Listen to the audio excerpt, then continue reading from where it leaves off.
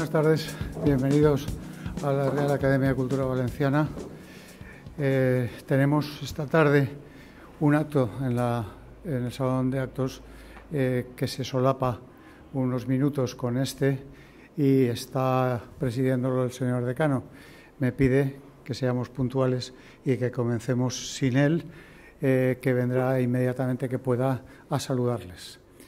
De todas maneras, hablo en nombre de la Academia para darles la bienvenida, como digo, y además para dar mi gratitud al grupo que hoy les presentará el profesor Chulia Ramiro y que conforma, aunque seamos este poco grupo que aparentemente estamos aquí, conforma una escuela importante que me decían hace unos minutos, seguramente estarán escuchando mañana o pasado en diferido más de 10.000 personas, lo cual es un nuevo paradigma de la educación que antes comentábamos, la no coincidencia espacio-temporal profesor-alumno, que ha sido el paradigma desde muchos años atrás.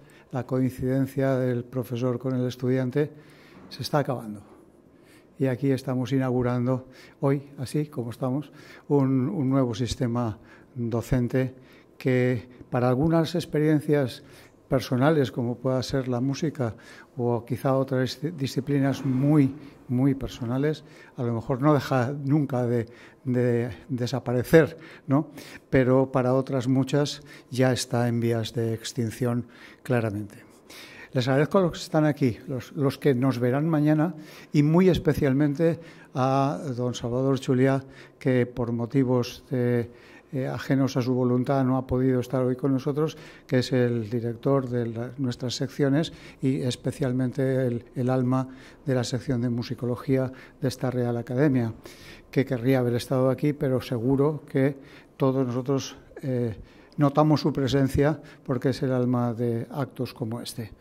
Les dejo inmediatamente con los ponentes, a los que presentará mejor que yo, sin duda, el profesor Vicente Chulia, y ya les digo, dentro de unos minutos, en el momento pueda, el decano será con nosotros un momentito para presentar o representar a la Real Academia en un acto como este. Muchas gracias a todos.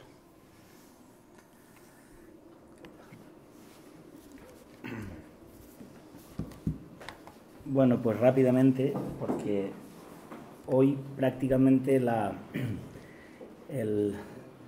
valor de lo que puedo decir yo es el menos importante, porque esto, yo lo que pretendí cuando se habló de organizar la presentación es de demostrar que cuando pone el sintagma filosofía de la música, pues eso no quiere decir nada. Es decir, en principio sería una verdadera impostura o un verdadero timo, por hablar en Román Paladino, el sintagma filosofía de la música, entre otras cosas porque no existe eso. Lo que existe son muchas filosofías de la música, es decir, tantas como sistemas filosóficos hay, ¿no? Y entonces, claro, aquí el libro, pues, en primer lugar parte de conocer el terreno del que se va a hablar, que es la música. Es decir, nosotros distinguimos saberes de primer grado y de segundo grado. Entonces, los saberes de primer grado son pues los que están dentro de las categorías técnicas, científicas y artísticas. Pero en el momento ya se va a definir qué es esa disciplina, pues ya hay que salir de ella. Por decirlo de otra manera, un gran matemático puede operar muy bien en las matemáticas, pero si le preguntas qué son las matemáticas, pues no dice más que una sarta de tonterías, cuantas más mayor. Porque tiene que salir del terreno y verlo desde fuera. En este sentido, conceptos son los que él maneja con capire, que es agarrar, él está dentro de los conceptos matemáticos, pero idea que tiene más que ver con ver, no con agarrar o concebir, sino con ver, etimológicamente, y hay que tomar distancia y hay que salirse, porque dentro de cada categoría o de cada campo, pues hay conceptos que pertenecen a otros campos y en cada campo tienen significados diferentes. Y entonces esa confrontación, la idea de estructura para un arquitecto o para un matemático o para un músico cuando habla de la estructura de la forma sonata, etcétera, pues en cada campo tiene significados diferentes. Y entonces lo que tienen que hacer los sistemas filosóficos es ordenar. ¿Qué quiere decir esto? Quiere decir que tratado de filosofía de la música es porque no se va a poner la realidad, ¿no? Porque todavía lo venderíamos menos. La realidad es tratado de filosofía de la música según el materialismo filosófico de Gustavo Bueno. Este es el título real. Y entonces, a partir de este sistema, y obviamente pues un sujeto operatorio que soy yo, pues con los saberes de primer grado que pueda tener, pues los que puedo, pues he hecho lo que he podido. Entonces, para poder hablar del libro, lo que se tenía que demostrar es que es materialismo y no idealismo. Que nadie se confunda. Materialismo aquí quiere decir pluralismo, discontinuidad y que no hay nada que no parta del mundo, es decir, no existen ideas que vengan de otro sitio nada más que de los conflictos que vienen del propio mundo. Y entonces materialismo, pues hay muchos, igual que idealismos, es decir, que un hegeliano y un kantiano se llevarían a matar a lo mejor, y un marxista y nosotros, pues más todavía, esa es la cuestión. Entonces el materialismo filosófico de Gustavo Bueno es un materialismo que, ya hablarán de esto a lo mejor, pero se diferencia en que materialismo no es corporeísmo, es decir, que materia...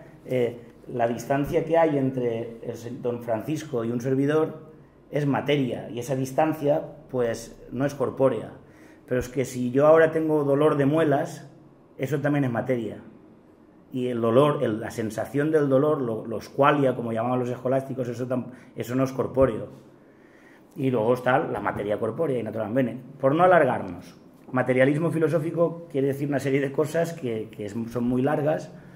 Y entonces, para que demostrar esto, aquí tenemos una representación muy, muy interesante.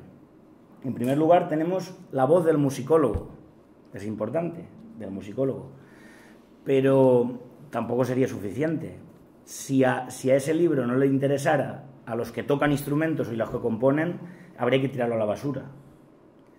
Por cierto, no va a interesar, pero eso es otro problema, porque no van a querer leerlo, porque hay que estudiar. Pero vamos, que sí, les podría interesar. De hecho, les interesa sin querer, porque todos los días dando clase, pues hablan de ideas, pues hablan como pueden. Y entonces tenemos a un pianista y un compositor que viene de Estados Unidos. El musicólogo es don Francisco Bueno, que es un gran musicólogo, profesor de historia del arte y de la música. Tenemos a Jorge Tavares, que es un grandísimo pianista y compositor. Reside en Estados Unidos y está haciendo ahora un doctorado, pero pueden ustedes escuchar su música y verle tocar en internet. Hoy en día lo que no está por internet no existe. Es decir, si uno dice que es pianista y no lo puedes escuchar por internet, es mentira, no es pianista. Pero bueno, vamos, es más o menos. Y naturalmente aquí tenemos la representación de la Fundación Gustavo Bueno con la mejor que puede ser, porque la filosofía del arte está siendo desarrollada por varias personas. Una persona, no puedo dejar de nombrarla, que es un maestro. Mis tres grandes maestros son el director de esta sección de musicología, Salvador Chuliá, el anterior director de esta sección de musicología, que es don José Climent, que la primera lección que yo di aquí me presentó él como su discípulo, y Tomás García López, que es el discípulo predilecto de Gustavo Bueno y que para mí es un maestro en todos los sentidos. Y que pronto, por cierto, saldrá una filosofía de la pintura, una publicación del propio Tomás García López. Y en filosofía de la literatura y en filosofía del arte en general, uno de los personajes cimeros es Ecaíz Ruiz de Vergara, que es profesor de literatura, es filósofo y domina el materialismo filosófico pues a la perfección. Y entonces, pues un profesor de literatura, uno que está desarrollando ese sistema filosófico en otro campo artístico, pues que mejor que aquí se habla desde muchos ángulos y ha sido casual, pero están encerrados por los representantes de la Fundación Gustavo Bueno, pero nada, no se escaparán ni Jorge ni Francisco. Muchas gracias y le paso la palabra a don Francisco Bueno. Buenas tardes a todos. Bueno, mi querido amigo Vicente Francisco, que también somos tocayos, Chuliá Ramiro, Vicente Francisco, dice, a ver, con toda la razón del mundo, desde su óptica del materialismo filosófico de don Gustavo Bueno, que también es tocayo mío, ya quisiera yo que me tocara más, que me hubiese tocado más, no solamente el apellido. Dice que, bueno, que hablar de filosofía de la música es una impostura Y no le falta razón, pero lo cierto es que a lo largo de la historia, pues siempre han habido intentos por, como diría el señor Ecaiz Ruiz de Vergara, por buscar leyes nomotéticas, es decir, universales, ¿no?, que tenga la música y que puedan e intentar sistematizar qué es eso de realmente la música, ¿no? Porque responder a qué es la música, ¿no? A mí me hace gracia cuando ojeamos el Atlas de Música de Ulrich Michels, ¿no?, y dice que la filosofía de la música va a buscar la esencia de la música. Obsérvese que el concepto de esencia ya es muy teutón en sí. Yo digo, bueno, si usted me dice esencia, es usted muy germánico, muy teutón, ¿no? Pero lo cierto es que a lo largo de la historia pues, han habido intentos por responder a qué es la música, qué papel cumple e intentar sistematizarlo, ¿no? Desde Pitágoras, con su explicación del universo a través de las leyes básicas de la armonía que existían en la Grecia de aquel tiempo, la simploqué del señor Platón. Supongo que de esto nos hablarán luego todos mis contertulios, incluso Vicente. A mí me gustaría que Vicente hiciese, como el también difunto Paco Umbral, viniese a hablar de su libro. Claro que sí, porque es una de las pocas sistematizaciones que se han hecho a lo largo de la historia de la humanidad, ¿no? Hacer todo un tratado de filosofía de la música, que, como diría Rodrigo Madrid, esta es una expresión que Rodrigo Madrid utilizó, lo tenemos aquí insigne, clavecinista insigne. Rodrigo Madrid Gómez la usó en 1999 refiriéndose a Pietro Cherone, que también fue otro que intentó hacer una tratadística de todo lo que es la música en 24 volúmenes, en donde habían también en los libros recetas de la compra, recetas, caseras, etcétera, algunos insultos. Pues es un catón. Vamos a ver, me gustaría que respondiese Vicente Francisco Chulé Ramiro a si su tratado es un catón o no lo es, ¿no? Además de Pitágoras, pasamos por la simploqué del señor Platón. Hay muchos otros esfuerzos por definir, por buscarle a la música un sentido universal y ordenarla, ¿no? La lista sería muy larga, no quiero aburrir a nadie. El señor Casiodoro, como siempre, como estos viejos catedráticos de universidad que cita 50 y llega desde Jerusalén hasta hoy, va recorriéndolos todos. No voy a caer yo en el caso porque no soy catedrático de universidad, soy profesor titular de universidad, entonces no voy a caer yo en eso. Pero lo cierto es que, bueno, intentos serios por sistematizar la música han habido poquitos, ¿no? Por un lado, dentro de lo que es la filosofía de Santo Tomás de Aquino, bueno, pues también ha tratado de dar una explicación a todo, ¿no? Luego ya más modernamente, sí que es verdad que en el siglo XVIII existen ya varias teorías de cómo abordar la música, ¿no? Por un lado tenemos el positivismo. Recuerdo, por ejemplo, ya que tenemos aquí a Rodrigo Madrid también, esto lo seguimos teniendo todavía, cuando son las 8 menos cuarto, 7 menos cuarto en las Islas Canarias, esto de la noche.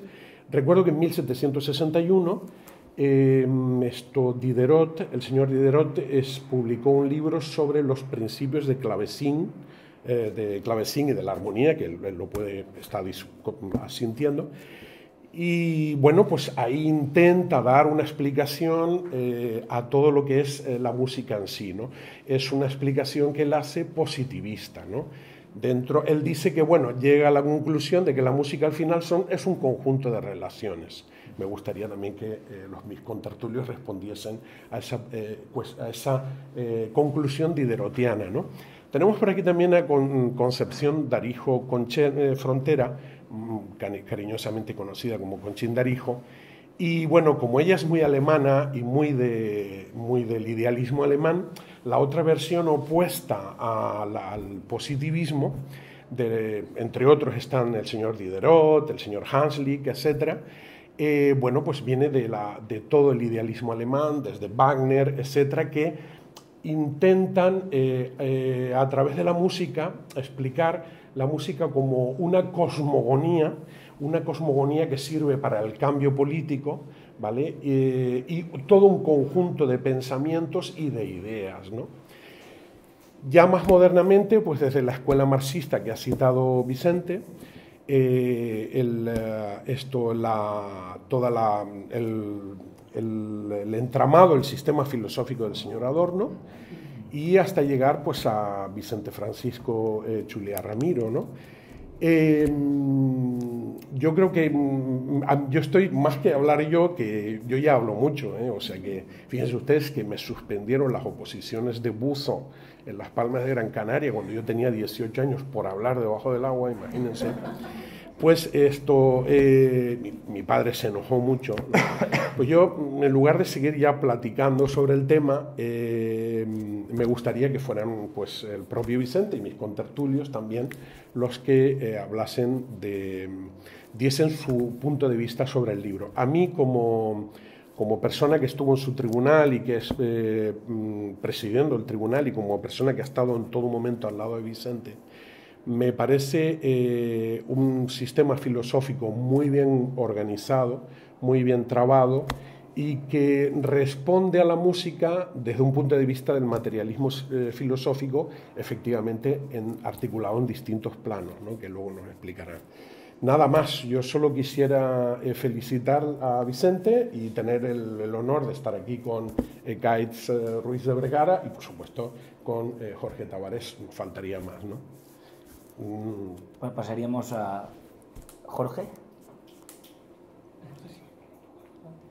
Bueno, el agua era para el profesor titular, pero estamos en tiempo de crisis. Esta mañana he tenido que compartir un café con 4 pajitas, porque igual que los ucranianos, pero no te preocupes, la comparto, por eso precisamente me la he puesto así. Es mi primera vez participando en un evento así y se me seca la boca. Mojarme los dedos, perdón. Nada, no te preocupes esto. No tomes mucho, que estamos, hay que racionar, en tiempo de crisis. Perdón. Nada, pues yo empezar agradeciendo. ¿Qué no funciona? Vale. La grabación. ¿Habéis apretado el botón? Tienes que pulsar el botón. No, es este. Eso. Pues nada, empezar agradeciendo a Vicente por la invitación, a la Real Academia Cultura Valenciana por albergarnos aquí hoy y a todos los oyentes, que se ha llenado mucho la sala. No lo esperábamos, así que agradecerles a todos por estar aquí, para escucharnos. Nada, yo lo primero que quiero decir es que yo no soy filósofo, es decir, aquí se habla... el tema principal es la filosofía, ¿no? Pero yo no soy filósofo, no me quiero entrometer en un gremio que no es el mío, más aún con figuras como Ekaif o Vicente o Don Francisco. Yo soy compositor y pianista, pero desde el 2018 que me interesan mucho todos estos temas de la filosofía, sobre todo a raíz de todos los trabajos que ha ido Vicente realizando, ¿no? En la plataforma de la Fundación, todas sus lecciones online y desde el manual que hizo en 2018 y ahora el tratado. Y nada, y desde entonces me he intentado empapar de todo esto porque respondía a muchas cuestiones muy... que hoy en día están en pleno conflicto en el mundo de la música, en el mundo de la composición. Y nada, entonces voy a hablar pues como compositor, no como filósofo, como compositor y pianista. Y lo que me gustaría, mi objetivo un poco aquí hoy es hablar un poco, hacerles ver un poco a todos ustedes cómo impacta un libro como el Tratado de Vicente a día de hoy en el mundo de lo que es la música clásica contemporánea. Y voy a usar ese término para que nos entendamos, porque música clásica contemporánea, aunque seguro que hay muchos más precisos, ¿no? Vicente nos... entonces, para hacerles ver un poco cómo impacta un libro así a día de hoy, yo creo que hay que retrotraerse un siglo atrás, 100 años atrás, y ver un poco cuáles han sido las tendencias a nivel global en el mundo de la música clásica, y ver cómo se ha ido desarrollando todo, así brevemente, con pinceladas rápidas, porque no da tiempo más, pero retrotrayéndonos lo que podemos ver, por ejemplo, a nivel académico. A nivel académico lo que podemos ver es que progresivamente lo que ha habido es un abandono a lo largo de 100 años, en todas partes del mundo por igual, con muy pocas excepciones, un abandono de lo que son las técnicas de la música. Es decir, desde el contrapunto a la armonía, al solfeo, a la orquestación, lo pilles por donde lo pilles. Ha habido un abandono progresivo y esto es muy fácil verlo. Es decir, solo hace falta retrotraerse solo hace falta ir a la historia, ¿no? A los documentos históricos y por ejemplo, ver cómo se formaban los grandes compositores del siglo XX. En los conservatorios, bueno, en aquel entonces los conservatorios, hoy también departamentos de música en universidades, sobre todo en el extranjero, pero ver cómo se formaban, yo que sé, Rachmaninoff, Tchaikovsky, ¿verdad? Sostakovich, se me viene ahora a la cabeza porque, o sea, como parte de su currículum académico, tenía que hacer fugas, tenía que hacer ejercicios de contrapunto muy severo, muy complicado. En la época de Rachmaninoff, de Tchaikovsky, tenían que, como requisito para acabar la carrera, el grado, tenían que hacer un concierto para piano y orquesta. Y hoy en día, por ejemplo, yo me he formado en América uno de los requisitos para acabar la carrera es, sí, presentar una obra de orquesta, pero no especifican la duración, puede ser de 2 minutos. ¿Vale? Entonces, un concierto para piano y orquesta son 30, compárse los 30 minutos con los 2 minutos de hoy en día, ¿sabes? Y hoy en día, como mucho, a lo mejor haces una fuga en tu carrera, si es que el centro te lo exige, esa es otra. Entonces, lo que se ve, que es una tendencia que ha ido así, es un progresivo abandono en el currículum académico de una serie de técnicas muy antiguas, muy complejas, ¿no?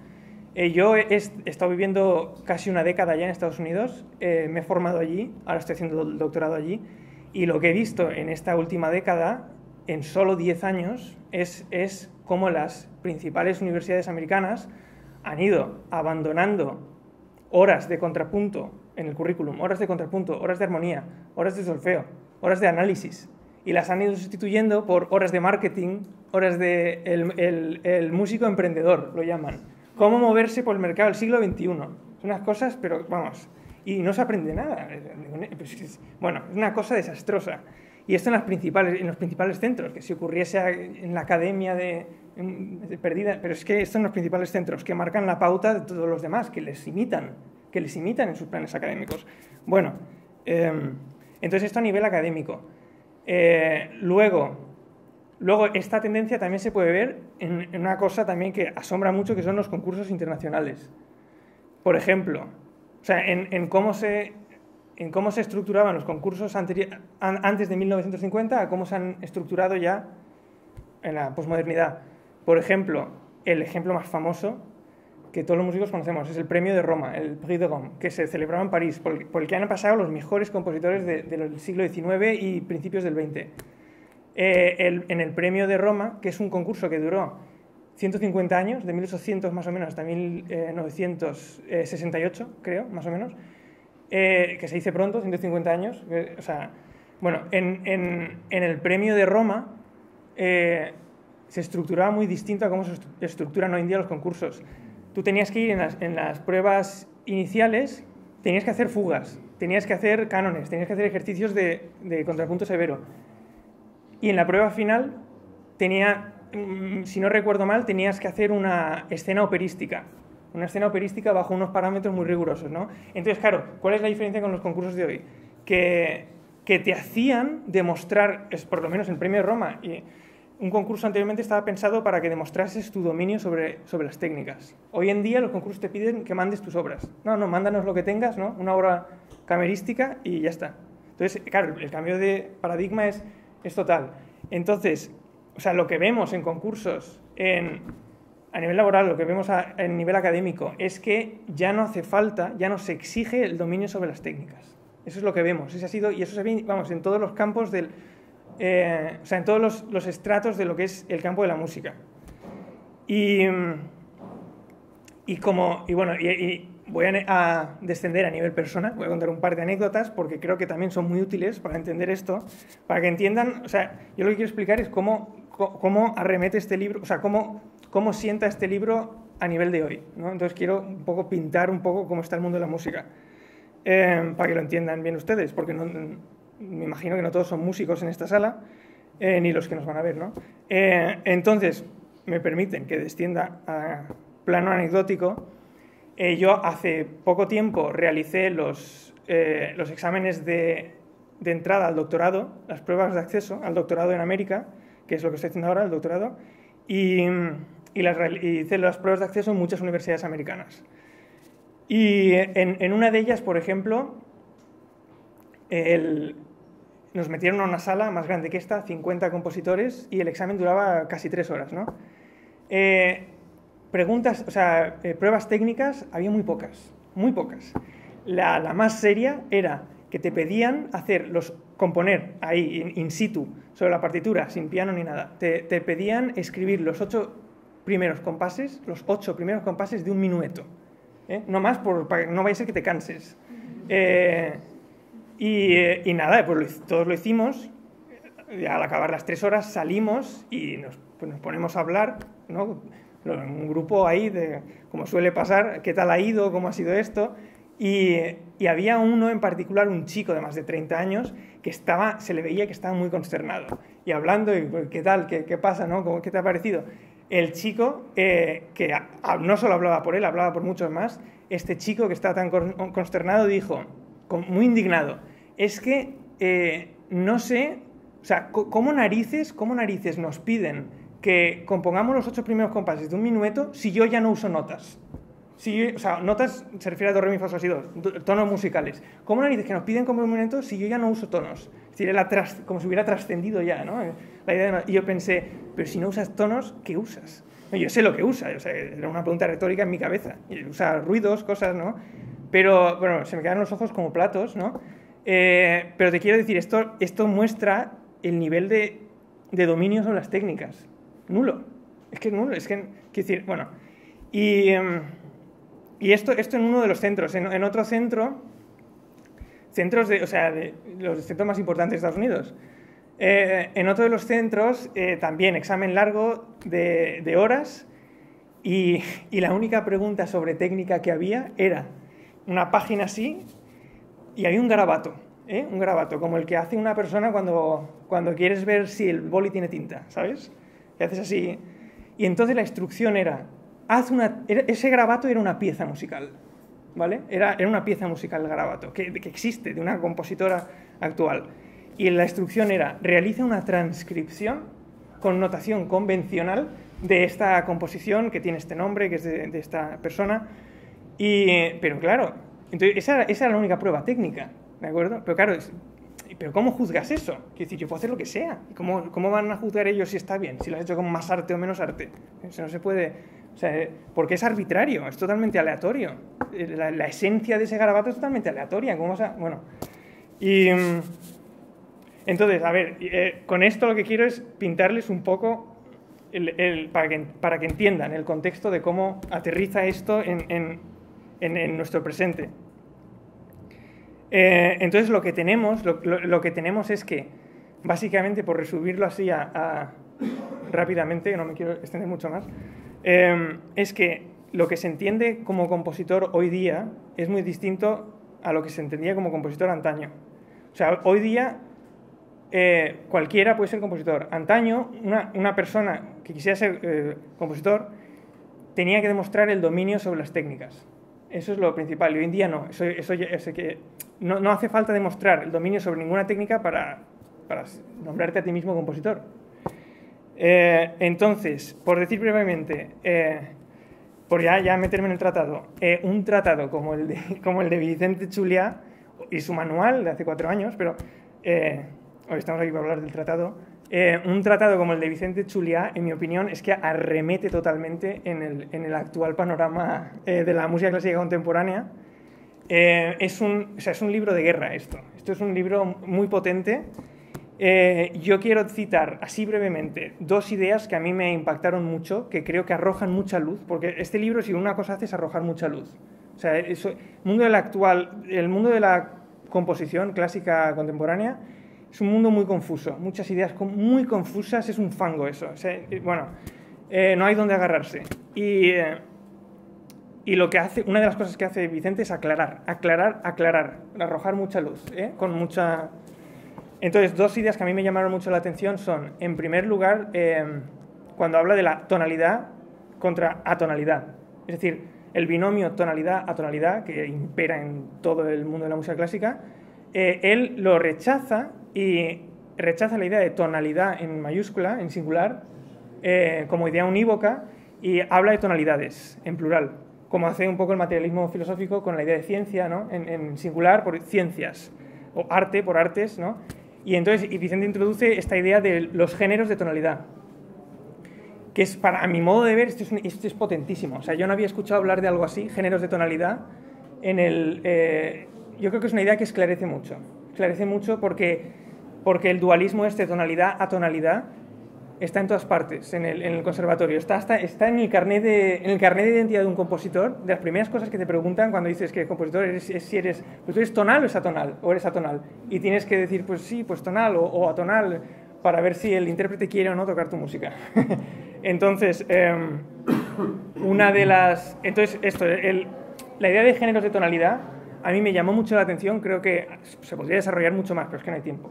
Pero es una idea que es muy potente, los géneros de tonalidad, que puede arrojar mucha luz y aclarar muchas cosas. Y otra idea que también me llamó muchísimo la atención es los axiomas de la noetología. Es que me pareció increíble, porque en el tratado, Vicente, hacia el final del tratado, cita un trabajo de Marie Lavandera, donde compara un teorema de Euclides con un soneto de Lope de Vega con la sonata fácil de Mozart, en Do mayor. Me encantó. Entonces, para un músico eso es oro. Y se ve en esa comparación que hacen que ambas, tanto el teorema como el soneto como la sonata de Mozart, tienen un raciocinio en común, ¿no? Y esos son los axiomas de la noetología. Entonces, esto es, para un compositor, esto es terreno muy fértil, porque nos hace, esto se puede desarrollar muchísimo más, pero resumiéndolo, ayuda mucho a pensar sobre estructura musical, aclara muchas cosas, porque en el mundo de la música contemporánea, la forma musical, nadie habla de forma ya. Es decir, nadie te enseña, cuando un compositor quiere componer algo, el profesor no le va a hablar de forma. No, es que tu forma aquí, ¿sabes? Forma sonata, todo. La idea de forma se ha desechado en el mundo de la música contemporánea. No se habla ni de forma ni de estructura. Entonces, el tratado arroja mucha luz sobre esto. Y yo creo que esto es algo muy fértil para los compositores, que arroja mucha luz.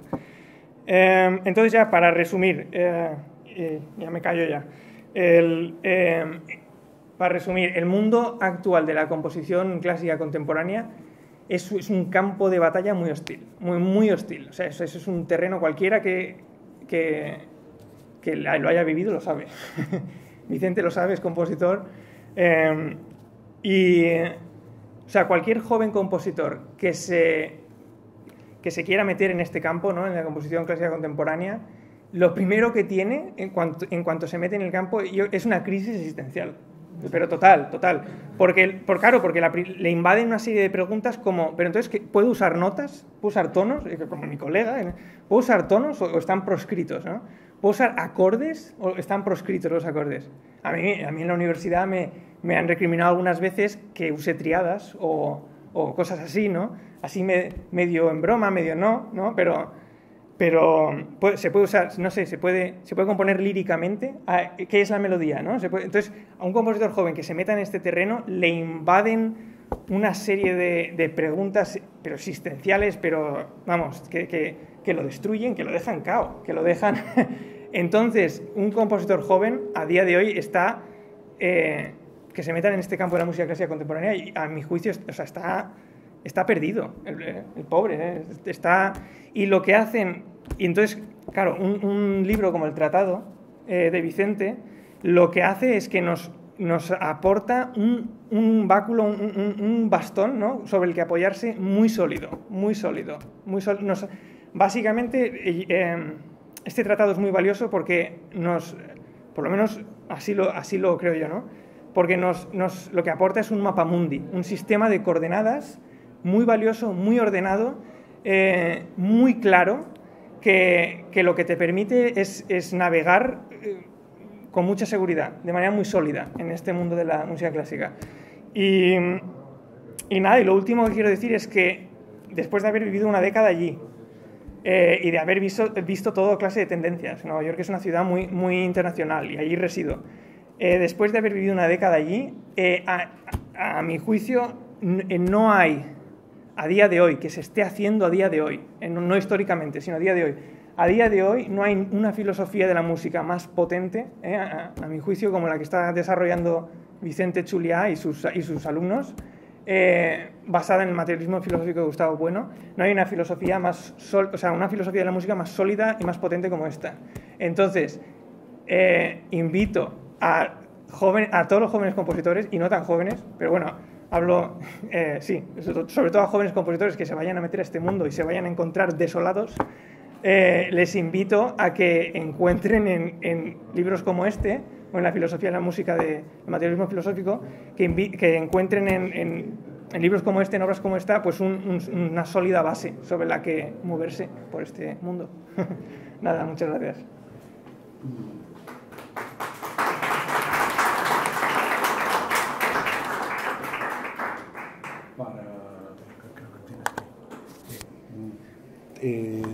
Ahora, sí. Tan solo una pincelada para abundar en lo que ha comentado Jorge Tavares. En la Inglaterra antes del Brexit, es decir, que ahora suponemos que será peor, después tras Boris Johnson, la señora que ha durado un tris-tras, el dis-tras, etc. Antes del Brexit, estudiar composición en Inglaterra era encontrar un acorde, o sea, los profesores te enseñaban simplemente a encontrar un acorde y ahí se reducían todos los estudios de composición. Pues esto a la basura, las viejas modulaciones hexacordales españolas del siglo XVII, los recorridos escalísticos y las conexiones como si fueran rotondas en el barroco, etcétera, etcétera, etcétera, ¿no? Con todos los artilugios, las sextas napolitanas, francesas, alemanas, etcétera, ¿no? Eso es una gran verdad. Otra de las cuestiones, efectivamente, porque Vicente pone mucha luz, y no hay tampoco demasiadas personas inteligentes en el mundo, y Vicente es uno de ellos, ¿no? Está ungido por esa inteligencia. Es también el concepto de glomérulo, que también es importante, ¿no? Nada más, solo quería ilustrar para que veáis a dónde ha llegado la composición en el caso de Inglaterra, para darle todavía más la razón a Jorge Tavares. Pasamos la palabra de Caín Ruiz de Vergara. En primer lugar, buenas tardes. Y por supuesto procedo a dar las gracias a la Real Academia de la Cultura Valenciana y particularmente a quien formalmente me invitó, que fue fue Salvador Chuliá, que por desgracia no está aquí, a través de Vicente Chuliá. Bien, bueno, lo que iba diciendo, aparte de dar las gracias, por supuesto, era que, aparte de una gran satisfacción para mí estar aquí, estar en Valencia, estar con colegas tan ilustres como los de esta mesa y los que me escuchan, digo que es una gran responsabilidad también, además porque me han encargado a mí como si fuera yo aquí el filósofo de la mesa, pero yo creo que no, en absoluto. Una de las cosas que decía mi maestro en filosofía, que es Gustavo Bueno, era que todos somos filósofos. Entonces, y no es una cuestión gremial, porque el gremio de la filosofía pues realmente no existe. Bueno, existe administrativamente, existen los graduados en filosofía, que también es mi caso, existen los profesores de filosofía, ese ya no es mi caso, pero los filósofos, propiamente dicho, somos todos. Es decir, todos tenemos una serie de coordenadas desde las que ver el mundo. Y yo creo que Jorge, precisamente, aunque ha dicho que él no es filósofo con una modestia enorme, yo creo que es un filósofo de primera, porque precisamente lo que nos ha demostrado es cómo funciona la filosofía de Vicente Chuliá en el terreno, ¿no? Donde debe funcionar. Y ahora voy a hacer una mención a eso. Pero bueno, lo que nos ocupa aquí es el Tratado de Filosofía de la Música. Si Vicente no ha venido a hablar de su libro, pues yo sí que voy a hablar de su libro. Creo que porque evidentemente el mérito es suyo, el mérito de haberlo concebido, de haberlo escrito y de presentarlo ahora es suyo enteramente, pero yo de alguna manera me siento partícipe de él porque creo que es un punto de inflexión para la propia escuela, para la escuela de materialismo filosófico en la que se inscribe este libro. Entonces yo de alguna manera pues me siento, no sé, me siento involucrado en el éxito que yo creo que tiene este libro filosóficamente hablando. Si tuviera que desgranar una por una las virtudes que yo creo que tiene este libro, pues probablemente no acabaría. Sería un tiempo inasumible para lo que es una presentación de un libro. Así que voy a remitirme a una distinción que ya ha empleado Vicente, que ya me ha introducido él, que es la distinción entre saberes de primer grado y saberes de segundo grado, para distinguir, yo creo, dos grandes rúbricas, dos grandes clases de virtudes que se le pueden atribuir a este libro. Unas son las virtudes, podríamos decir, de primer grado, y otras son las virtudes de segundo grado, ¿no? Para organizar un poco el material.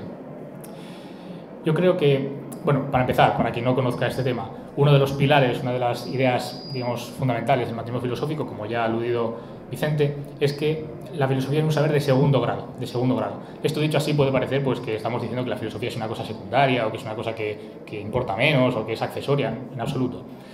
Que la filosofía es un saber de segundo grado quiere decir exclusivamente que hay unos saberes de primer grado de los que de alguna manera se alimenta, de los que surge. Y no solamente que surge de ellos en el regresus, sino que también vuelve a ellos en el progresus. Precisamente lo que ha hecho Jorge es volver a ellos en el progresus. Ha demostrado cómo en la propia práctica musical las ideas filosóficas que hemos obtenido en el regresus pueden otra vez reobtenerse, pueden otra vez reconstruirse.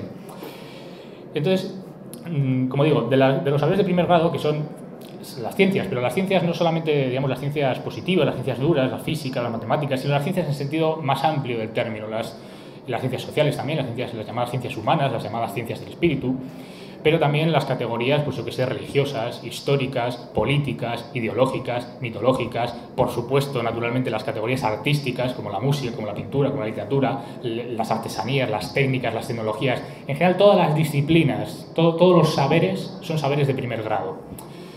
Y a partir de esos saberes de primer grado, a partir de esos conceptos de primer grado, nos remontamos, según la dialéctica platónica, ¿no?, del regresus y el progresus, que es una dialéctica circular, nos remontamos a las ideas, a las esencias, podemos decir, ¿no?, esa idea teutónica, según ha dicho mi compañero, pero que como muchas ideas teutónicas en el fondo es latina, porque la esencia es latín.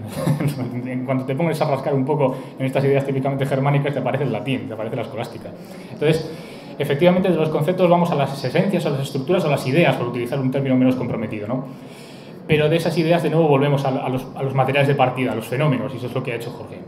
Pues bien, yo creo que la principal virtud de primer grado, por decirlo así, del Tratado de Filosofía de la Música, es que, puesto que estamos hablando de lo que Bueno llama una filosofía centrada, es decir, una filosofía de la religión, filosofía de la historia, filosofía de lo que fuera, en este caso filosofía de la música, la principal virtud de primer grado de este libro es que está escrita por una persona que conoce al dedillo, que conoce verdaderamente con profundidad la categoría de la que está hablando. Y esto es una cosa que se nota en cuanto uno abre el libro. Es decir, es realmente difícil abrir el libro al azar y no encontrar una partitura. Así, porque está constantemente analizando grandes obras musicales. Y además grandes obras musicales, Mozart, Beethoven, etcétera. Y no se conforma, es decir, no se puede hacer. No estoy despreciando en absoluto otro tipo de música ni otro tipo de asuntos, pero para hacer una filosofía de la música hace falta estar a la altura de grandes genios de la historia de la música como Mozart, Beethoven, y todos ellos comparecen en este libro. Entonces, ese análisis de primer grado yo creo que es lo que hace que esta filosofía de la música sea, aparte de una filosofía materialista fundamentada en el materialismo filosófico de Bueno, una filosofía que Bueno llamaría académica de la música, ¿no? Aquí Bueno reconstruye o reinterpreta la distinción kantiana, ¿no?, entre lo mundano y lo académico, suponiendo que lo académico no se confunda con una cuestión gremial. Lo académico no es lo universitario, no es tener un título, no es una cuestión gremial tampoco, sino que lo académico es de alguna manera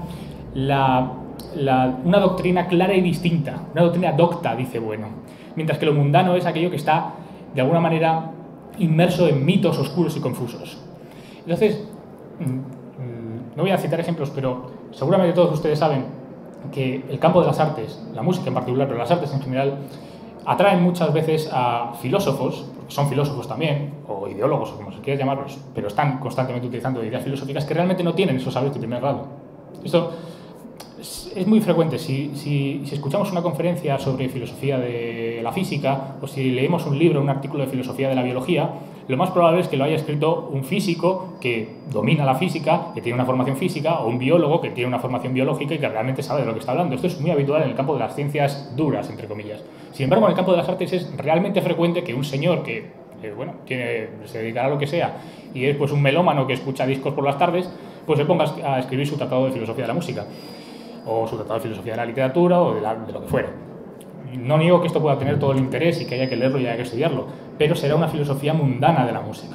Porque cuando leemos a Vicente Chuliá, tenemos la sensación de estar leyendo verdaderamente a un músico, a un director de orquesta, a alguien que tiene una formación profundísima de lo que está hablando. Entonces, esta virtud de primer grado ya me parece suficiente para ponderar de alguna manera la potencia de la que hablaba Jorge, la potencia que tiene este tratado y que no tienen probablemente otros acercamientos a la filosofía de la música o a la filosofía de las artes, que es ese sustento en lo que nosotros llamamos saberes de primer grado, porque a partir de esos saberes de primer grado es como podemos realmente remontarnos a las ideas filosóficas, a la esencia, a las relaciones, a los glomérulos, etcétera, etcétera. Por supuesto, este dominio de los saberes de primer grado hace que el libro sea especialmente interesante para músicos, para musicólogos, para todas aquellas personas que gravitan de una manera o de otra en el campo de la música en diferentes aspectos. Pero tampoco quiero que esto se entienda en un sentido gremial, porque tampoco es una cosa gremial. Es decir, si fuera una cosa gremial, pues sería un libro mucho más limitado. Pero yo creo, y ahora enlazo con lo que verdaderamente me interesa, que es las virtudes de segundo grado que tiene este libro. Y estas virtudes de segundo grado hacen que este libro sea verdaderamente interesante incluso para una persona como yo, que más allá de las clases de guitarra española que recibí en el instituto, pues realmente sé bastante poco de música, salvo lo que le he escuchado a Julià. Y en general para todo el público. ¿Por qué? Porque, a mi modo de ver, este tratado de filosofía de la música es verdaderamente una aplicación y desarrollo del materialismo filosófico de Gustavo Bueno. Hay artículos, hay libros, hay conferencias para dar y regalar que pretenden ser aplicaciones y desarrollos del materialismo filosófico de Bueno. Pero a mi juicio no todas lo consiguen. De hecho, yo creo que muy pocas lo consiguen. Yo, libros verdaderamente que sean, digamos, hitos del materialismo filosófico, en el sentido de que sean aplicaciones y desarrollos de ese sistema, conozco pocos. Y creo que el Tratado de Filosofía de la Música que presentamos aquí tiene ese raro privilegio de unirse a ese pequeño grupo de libros que están, yo creo, a la altura de los libros de Gustavo Bueno. Es decir, que alguien que se interna en el materialismo filosófico tiene que leer, de alguna manera, el Tratado de Filosofía de la Música prácticamente al mismo nivel que tiene que leer las obras de referencia de Bueno que todos manejamos cuando cultivamos el materialismo filosófico. Es decir, que es una obra en el sentido canónico, es una obra que aplica el materialismo filosófico, yo creo que de forma canónica. ¿Y por qué digo esto? Pues porque, aparte de partituras, una cosa que van a encontrar si abren el libro al azar, bueno, ahora no lo he encontrado. Ahora, mira, por ejemplo, aquí, del diccionario filosófico, un pasaje citado de Bueno. Lo que van a encontrar, aparte de partituras y de saber de primer grado musical, son citas de Bueno, por todas partes, citas de Bueno. Y claro, citar a Bueno es muy sencillo, todo el mundo cita a Bueno, bueno, todo el mundo no, pero dentro de la escuela, digamos, la gente que cultiva el materialismo filosófico cita a Bueno constantemente.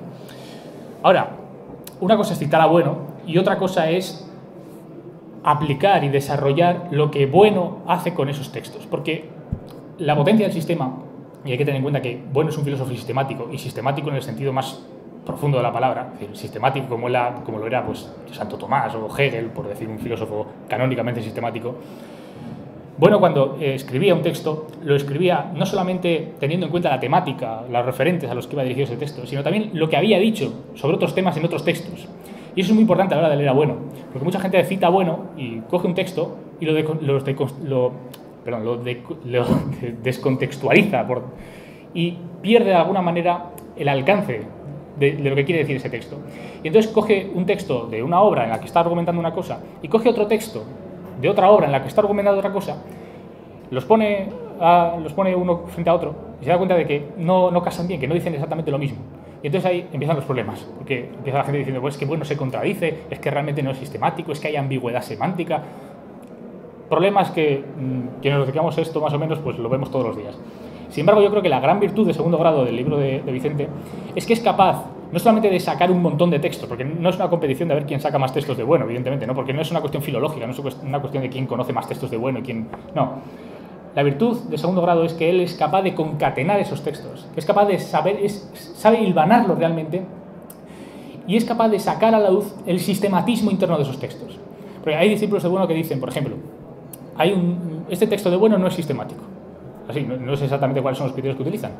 Por ejemplo, un texto de Bueno fundamental, y que si leen el Tratado de Filosofía de la Música de Vicente lo van a encontrar, un texto de Bueno del 2009 se llama Poesía y Verdad, que es un texto que, hombre, habla de literatura, el punto de partida es un análisis de un soneto de Lope de Vega, pero lo que dice ahí es extrapolable a toda la filosofía del arte. Realmente es un pequeño tratado de filosofía del arte, como lo hemos hablado varias veces, es un tratado de filosofía del arte, y precisamente lo que hace Vicente es extender las ideas que hay en ese artículo sobre filosofía de la literatura principalmente, o sobre poesía, a la música. Yo creo que es una de las grandes virtudes del libro. Bueno, pues hay gente que dice, no, es que ese artículo no es sistemático. Yo lo que preguntaría es, ¿no es sistemático o es que tú no has sabido ver el sistematismo interno de ese texto?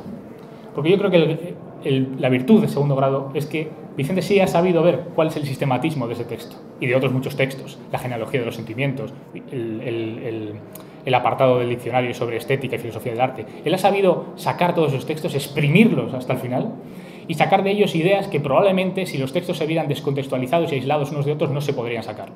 Entonces, ese trabajo de hilvanar, ese trabajo de concatenar unos textos con otros, es lo que yo creo que le da potencia verdaderamente al sistema, porque uno puede coger un texto de Bueno y aplicarlo, y efectivamente está aplicando a Bueno, pero si lo aplica a ámbitos en los que Bueno no estaba pensando, probablemente al final lo que está haciendo es sacar conclusiones a las que Bueno no llegaría, o que son directamente contrarias al espíritu, perdón por la palabra, a la intención global del sistema de Bueno.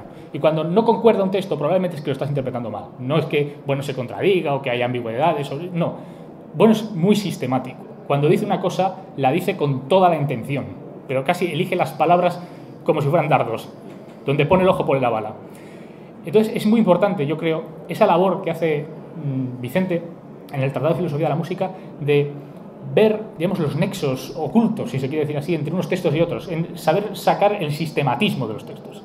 Y esto yo creo, ahora en la dirección del progresus, diríamos, de las ideas filosóficas a los saberes de primer grado, esto yo creo que tiene también mucho que ver con su propia profesión, es decir, con el propio hecho de ser músico, de ser director de orquesta.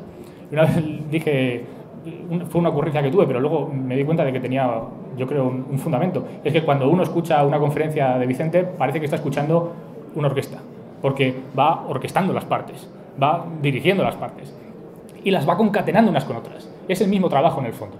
Y para esto, yo ahora que estoy trabajando los ensayos materialistas, que es uno de los textos fundacionales de Bueno, de la ontología del materialismo filosófico, aquí Bueno dice una cosa que yo creo que es muy ilustrativa de lo que estoy diciendo, que es esa analogía entre la labor del filósofo, tal y como la realiza Vicente, y la labor del músico, en este caso del director de orquesta. En la página 433, no voy a citar más a Bueno, solamente permítanme citar esto. Dice: la teoría de la verdad, como identidad sintética que acabamos de esbozar, define la verdad dentro de una concepción materialista como una relación objetiva por encima de nuestra voluntad, aunque únicamente concebible por la mediación de nuestras operaciones, M2, constructoras de series. Aquí lo que está caracterizando Bueno es la idea de verdad científica. Está hablando de la verdad científica, de las ciencias duras. Y dice que las verdades científicas están por encima de nuestra voluntad, que son objetivas, pero que solamente a través de las operaciones subjetivas, es decir, de los sujetos, pueden canalizarse. En cambio, y ahora va a hacer una contraposición, en cambio, en una composición musical en la cual las líneas sonoras procedentes de los distintos instrumentos también se cortan e incluso se funden con una cierta idempotencia, por ejemplo, en el pentagrama como signo iconográfico de lo que ocurre en las propias líneas sonoras, en ese caso, en el caso musical, la identidad no es objetiva, es decir, impuesta por la propia necesidad del desarrollo de las series, de las series de operaciones. Las identidades se mantienen en el ámbito M2 en la síntesis abstracta. Esto aproxima la música a la verdad filosófica. Dice, bueno, aproxima la música, la verdad musical, a la verdad filosófica. En tanto que también aquí, las identidades entre series pertenecientes a categorías diferentes deben pasar por la conciencia. Cuando dice conciencia, muchas veces utiliza conciencia para referirse a la idea de ego, es decir, a la idea de sujeto también. ¿Qué es lo que nos está diciendo? Bueno, pues que para gobernar, ¿no?, por utilizar otro texto que Bueno emplea muchas veces, el de Fray Luis de León, ¿no?, por su sabia mano gobernada, ¿no?, Salinas, el músico Salinas, para gobernar ese material, que no es ya impersonal, necesario, objetivo, como el de las verdades científicas, para manejar, pero que sí que puede de alguna manera cristalizar en ciertos, por ejemplo, en partituras, ¿no?, o en obras de arte sustantivas, ¿no?, de una vez habrá que decir esa palabra, ¿no?, para cristalizar, ¿no?, esas operaciones tienen que ser de alguna manera subjetivas, tienen que estar guiadas por esa sabia mano que es la del músico. Entonces, la analogía que está haciendo aquí Bueno, y por cierto, no creo que sea casualidad que este texto, este pasaje que he citado, esté en un capítulo que se llama Simploqué dialéctica, es decir, que tiene que ver con la dialéctica, porque la dialéctica, como sabrán, como saben o como sabrán si leen el tratado de Vicente, la dialéctica es uno de los medios para explorar precisamente la noetología, es decir, la racionalidad de las artes, pero que es una racionalidad común, como también se ha dicho, común a la filosofía y a las ciencias. Es decir, que lo que nos está ofreciendo aquí Bueno en este pequeño pasaje es ya un tratamiento muy somero, es verdad, pero es un tratamiento no etológico de del paralelismo que hay entre la verdad musical y la verdad filosófica. Y yo lo que encuentro en este tratado de filosofía de la música es precisamente la culminación de eso, es la analogía entre la verdad musical y la verdad filosófica. Entonces, pues yo creo que estas son fundamentalmente resumidas las grandes virtudes que yo encuentro en la obra de Vicente, en este tratado de filosofía de la música, que ya estaban, en cierto modo, menos desarrolladas, es verdad, en el manual de 2018, y que yo creo que, a pesar de estas virtudes, yo creo que todavía se pueden perfeccionar aún más. Yo creo que estará de acuerdo Vicente conmigo en que si en 2018 nos dio ese manual de filosofía de la música y ahora en 2022 pues nos regala este tratado de filosofía de la música, siguiendo la progresión aritmética, pues en 2026, ¿verdad?, nos tendrá que ofrecer pues por lo menos una suma de filosofía de la música. Y si tiene a bien invitarme, yo vengo aquí a presentarla y a lo que haga falta. Así que muchísimas gracias, Vicente.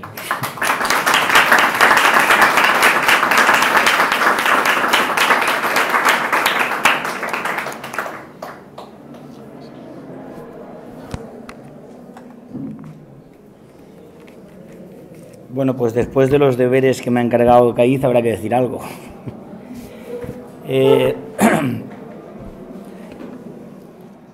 Voy a tratar de enlazar un poco todo lo que se ha dicho, ¿no? Para de alguna manera dar alguna pincelada de lo que es vamos a decir, la tesis principal del libro, y a partir de ahí, pues cada uno que ya empiece si tiene curiosidad, pues hay que estudiarlo, claro. Aquí no se puede en un ratito que tendré, 20 minutos que tendré, pues poder explicar eso, ¿no?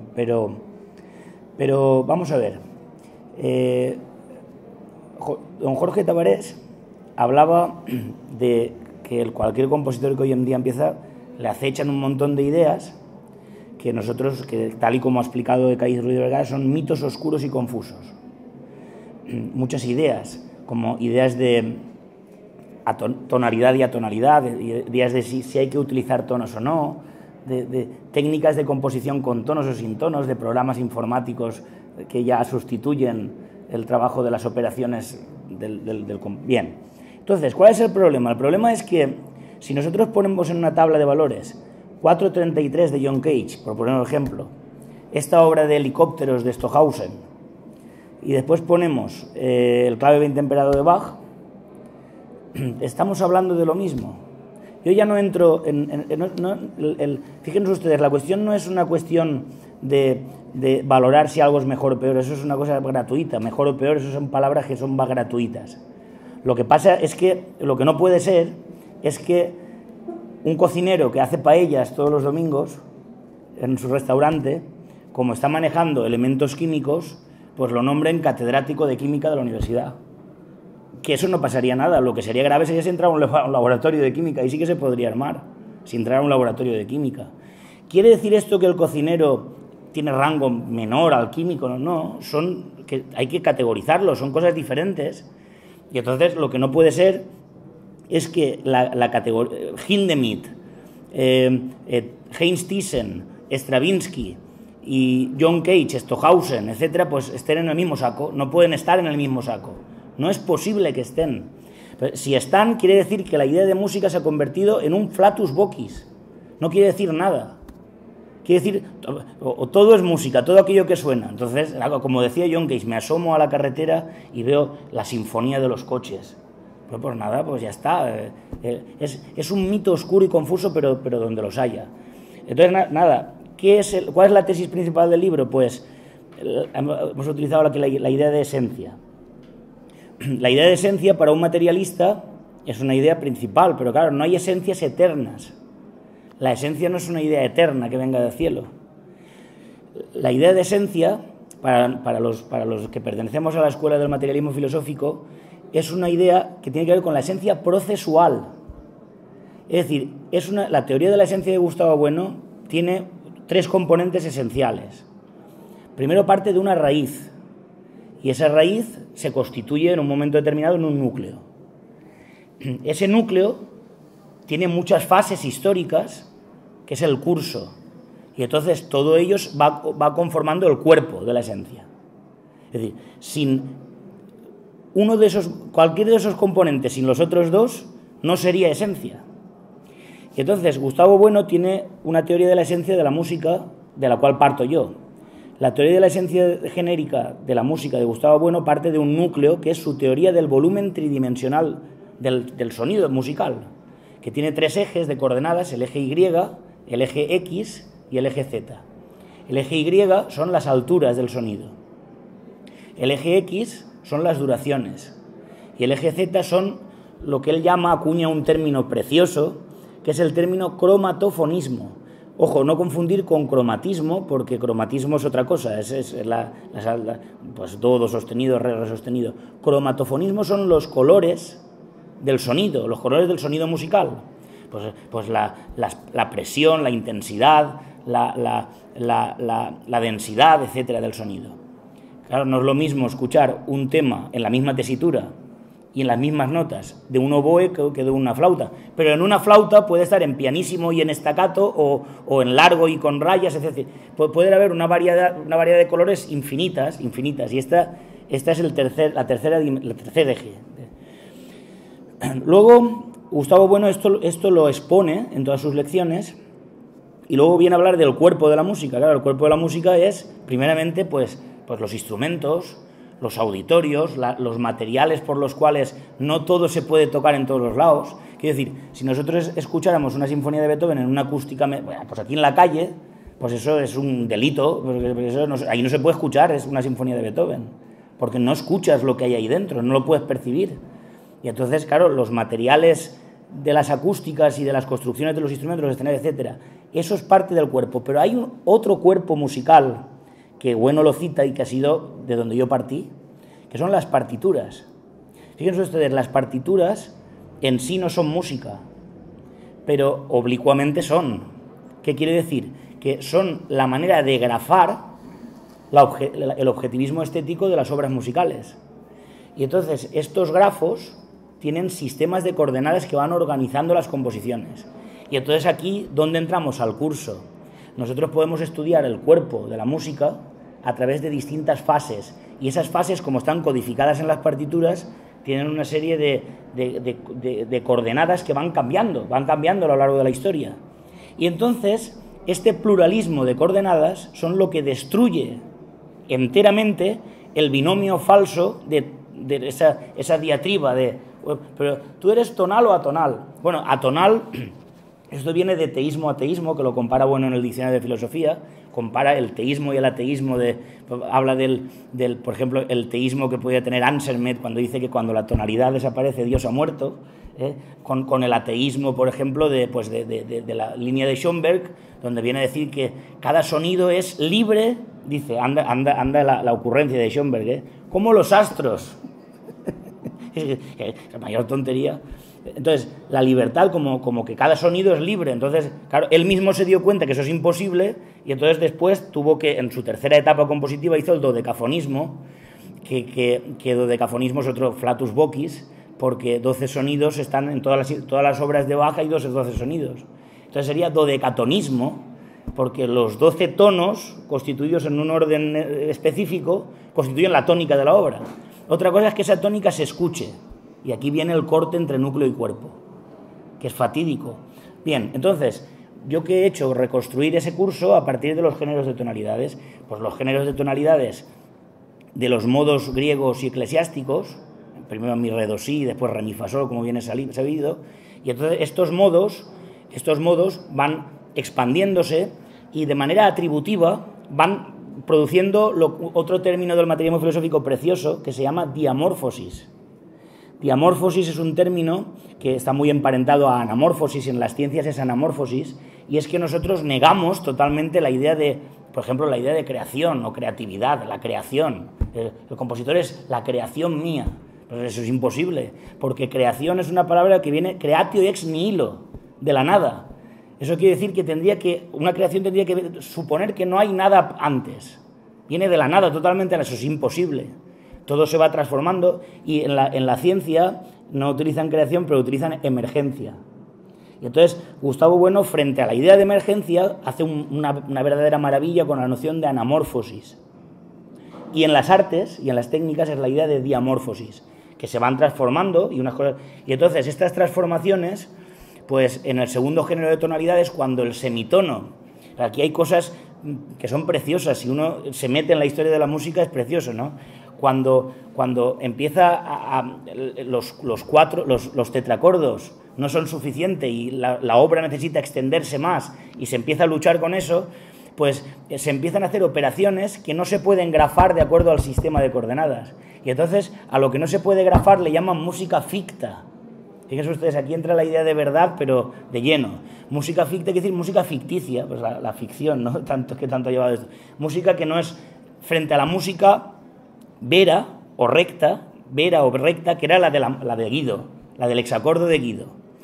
Pero es que resulta, y esto es lo paradójico, que la música ficta es la real, la otra no, porque la otra es la grafada, pero la que suena es la real.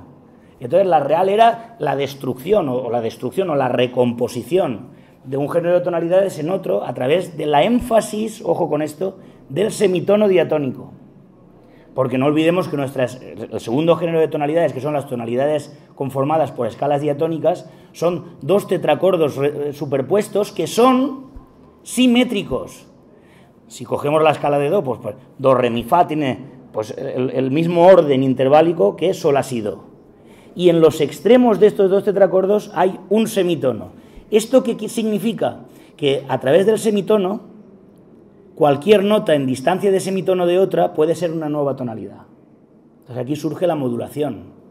Y entonces viene otro género de tonalidades totalmente diferentes que acaba expandiéndose, pues eso, en los 24 preludios y fugas, ¿no? Es decir, baja y está Bien. Claro, naturalmente, ¿aquí termina todo? No, se va transformando más. Y entonces viene un momento donde... Pero esto es mucho más simple que como se estudia, porque tampoco es que lo puedes datar de una manera categórica, a tal fecha empieza.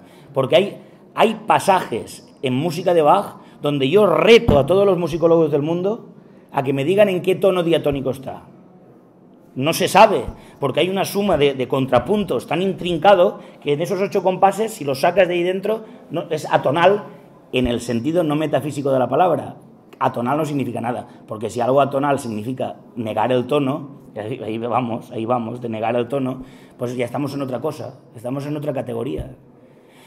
Entonces ahí tenemos precisamente las tonalidades diatónicas extendidas, ¿a través de qué? De cromatismos y enarmonías. Y entonces viene el tercer género de tonalidades, que es el dodecatonismo, donde el sistema de Schoenberg es una opción más, y a lo mejor la menos potente. Porque tenemos otras la pantonalidad, la politonalidad, la bitonalidad, hay modos antiguos mezclados con sistemas diatónicos, etcétera, etcétera, etcétera. Y como toda esencia, pues cuando, pone el ejemplo de las cónicas, cuando la curva se convierte en recta, ya no hablamos de cónicas, de tipos de cónicas. Es decir, en la esencia, cuando el núcleo se destruye completamente, la esencia ya desaparece. Entonces estamos en otra cosa. Estamos en otra cosa. Y entonces el género de tonalidades que ya rompa los tonos o rompa la jerarquización de concatenaciones de los tonos, puede ser arte. No digo que no, habría que ver, pero no digo que no. Pero música, desde luego, no.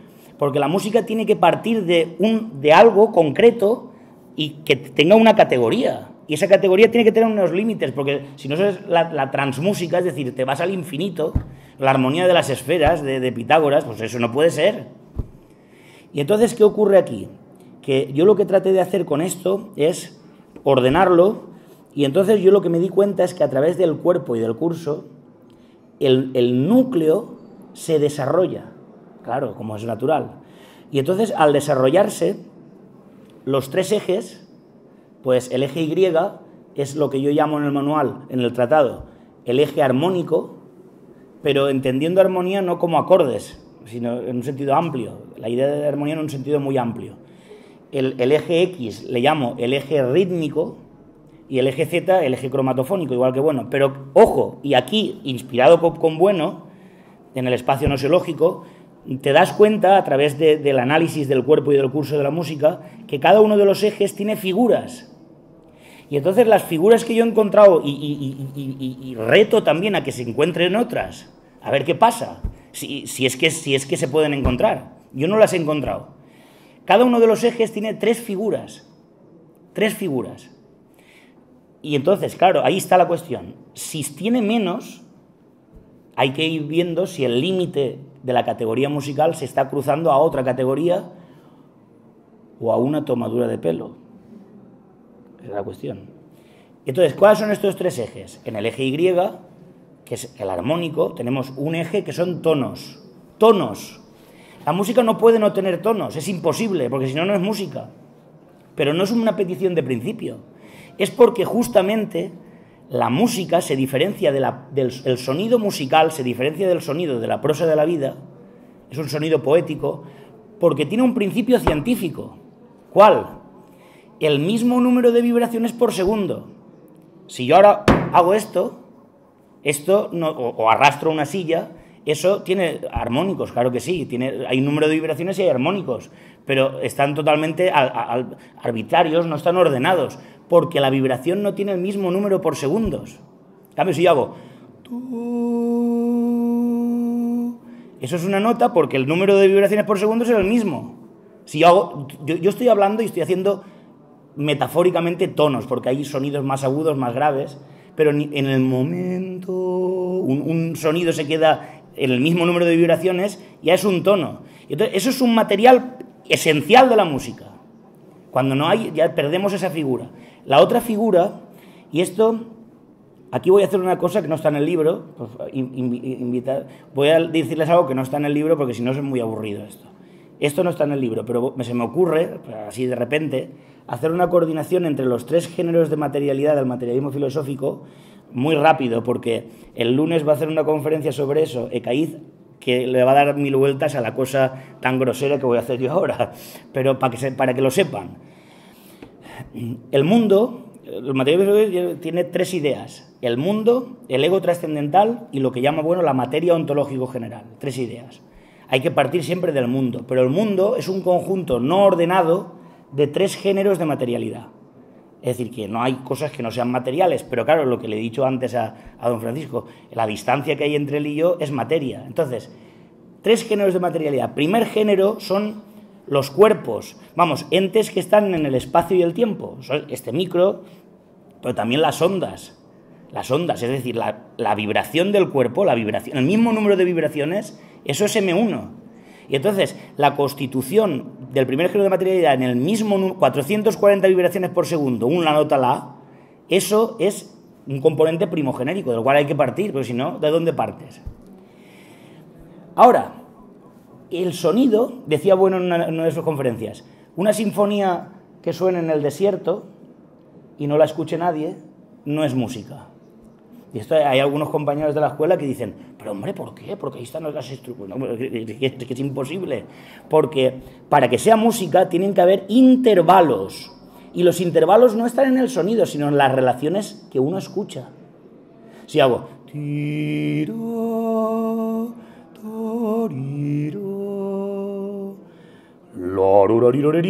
Si escuchamos un centro tonal es porque estamos haciendo relaciones estéticas.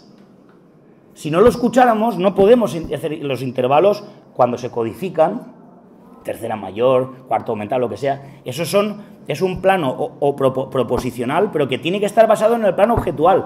Y el plano objetual aquí es estético, hay que escucharlo. Si no lo escuchas, no existe, es estético. Y entonces los intervalos es la segunda figura, tonos, intervalos, y ahora viene la tercera gran figura, grados. Es decir, que no pueden valer todos los sonidos igual. Porque si valen todos los sonidos igual, ¿qué ocurre? Que no pueden haber progresos y regresos, y entonces cada sonido es la pieza. Es decir, en cada sonido o cada entramado de sonidos la pieza empieza de cero, pero la pieza no puede empezar de cero, porque si yo hago siendo la misma nota, al repetirlo, ustedes la memoria están haciendo anamnesis, prolepsis y se va incrementando la dialéctica de tensión, porque lo van escuchando repetido cada vez más. Entonces, naturalmente, los grados quiere decir, y los grados no se reducen a las escalas diatónicas. En la música modal ya hay pregrados.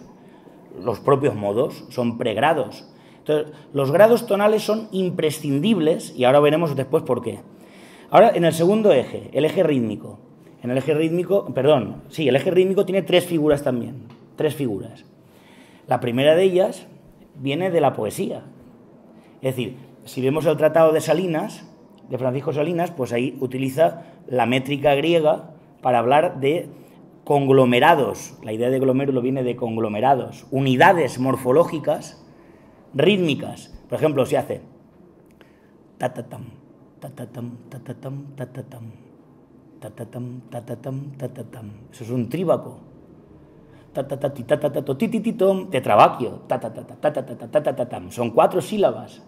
Es decir, que, pero luego, claro, cuando la notación moderna se desarrolla y tenemos todo el sistema de notación métrica nuestro, que es las blancas, las corcheas, las semicorcheas, etcétera, etcétera, pues ahí los metros se mueven a otra escala, aunque también hay entramados que forman motivos rítmicos. Entonces, naturalmente, sin los metros no hay nada que hacer. Otra figura del eje rítmico, importantísima, ¿cuál es? Pues, fíjense ustedes, los compases. Los compases. Pero antes de los compases van los tiempos. Los tiempos, que por analogía con la parte, de ahí viene el organicismo musical, se llama muchas veces pulso, el tiempo. Claro, porque los metros, fíjense ustedes, ahora verán, si yo he hecho una correspondencia, tonos M1, intervalos M2, grados M3, aquí también hay una correspondencia. M1 serían los tiempos. Porque si tú cuando escuchas la música, si tú escuchas... Yo estoy moviendo la mano sin querer, no puedo evitarlo. No puedo hacer... No puedo hacer eso, hago... Yo siento el latir de la música y lo tengo que sentir en mi cuerpo. Es M1, hay que sentir la gravedad, metafóricamente, una alegoría. Y venimos la otra. La gravedad de la música, en sentido metafórico, es precisamente los tiempos. Pero esto es M1. Ahora, M2, ¿qué es? Si yo hago, por ejemplo, tirarora tam tam, tirarora tam tam, y hiciera tirarora tam tam, tirarora tam tam, tirarora tam tam, eso no habría por dónde cogerlo. M2, yo tengo que sentir dónde está el accantus, el acento, que viene lo que canta, es tirarora tam tam, tirarora tam tam, tirarora tam.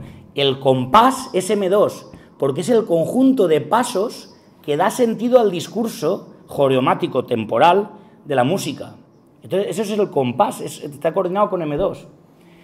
Y conjunto de pasos, además, y donde se acentúan unos pasos y otros no. ¿Y M3 dónde estaría? Pues precisamente en los metros. Porque los metros, cuando nosotros hablamos de tetrabaquio, de blanca con puntillo, de negra igual a corchea, etcétera, etcétera, esos son conceptos muy rigurosos, además.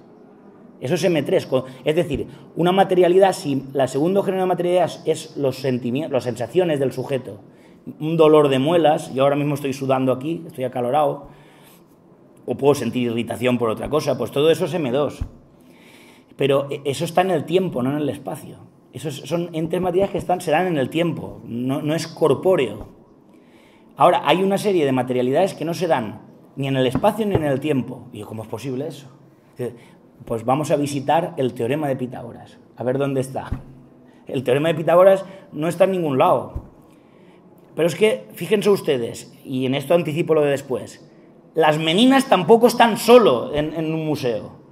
Porque si mañana se quemara ese museo, para que desapareciera la sustantividad de las meninas, tendría que desaparecer de las coordenadas de toda la civilización. Prácticamente tendría que haber una bomba atómica.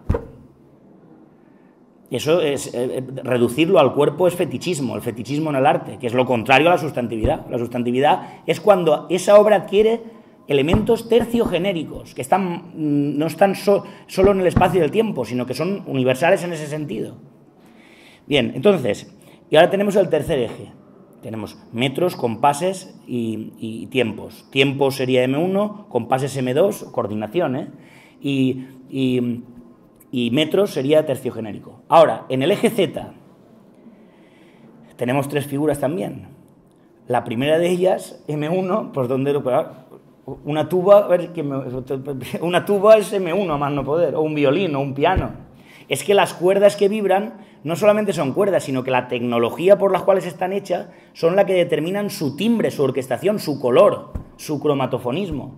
Entonces, la orquestación tiene que ver con M1. Nosotros lo grafamos después en la partitura, pero claro, cuando uno lee una partitura de orquesta y no ha escuchado nunca una flauta, pues no sabe que en el do de abajo del pentagrama la flauta se desaparece. Y en cambio, el do, ese mismo do, en el oboe es un cañot. ¿Entienden lo que quiero decir? Bien, entonces, esto es M1. Ahora, M2, ¿qué sería? Pues fíjense ustedes, las dinámicas.